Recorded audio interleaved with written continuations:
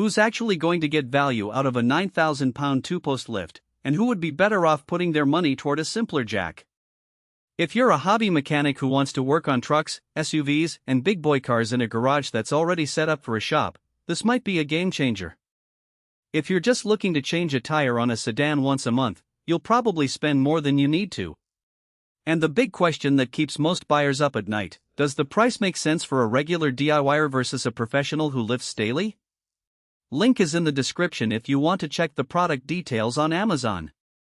I've spent the last few weeks walking through a couple of home garages that are trying to decide whether to upgrade from a floor jack to a permanent lift, and I've talked to a few shop owners who already run a MAYFLOWER L9000.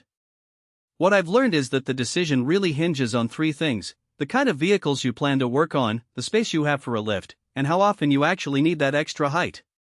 Let's start with the kind of work you're doing. The L9000 is rated for 9,000 pounds, which means it can comfortably handle most full-size pickups, heavy-duty SUVs, and even some small trucks. If your garage is a place where you regularly swap out rear differentials, replace brake rotors on a 250 horsepower truck, or do transmission work on a lifted Jeep, you'll appreciate the 18 locking positions the lift offers.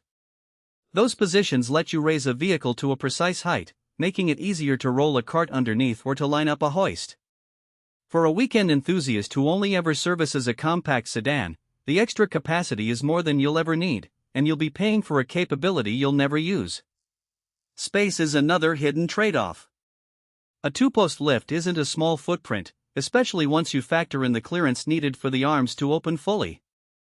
In a tight one-car garage, you may end up with the lift taking up most of the floor, leaving little room for tools, parts bins, or even a spare tire. I saw a friend who tried to squeeze the lift into a 1,220-foot space and found that the arms blocked his workbench. The lift works best in a dedicated bay with at least a 20 by 20-foot area, where you can drive the vehicle straight onto the platform and still have room to move around. If you're planning to use it in a cramped setting, you'll need to rethink your layout or accept a very limited workflow. Now, about the price and value. The MAYFLOWER L9000 sits in the mid-range for two-post lifts, not the cheapest on the market but also not at the premium end where you start seeing robotic controls and integrated diagnostics. What you're really paying for is the motor that can lift that heavy load smoothly, the double 2-point safety lock that gives you 18 different locking heights, and the included set of 4-inch truck adapters.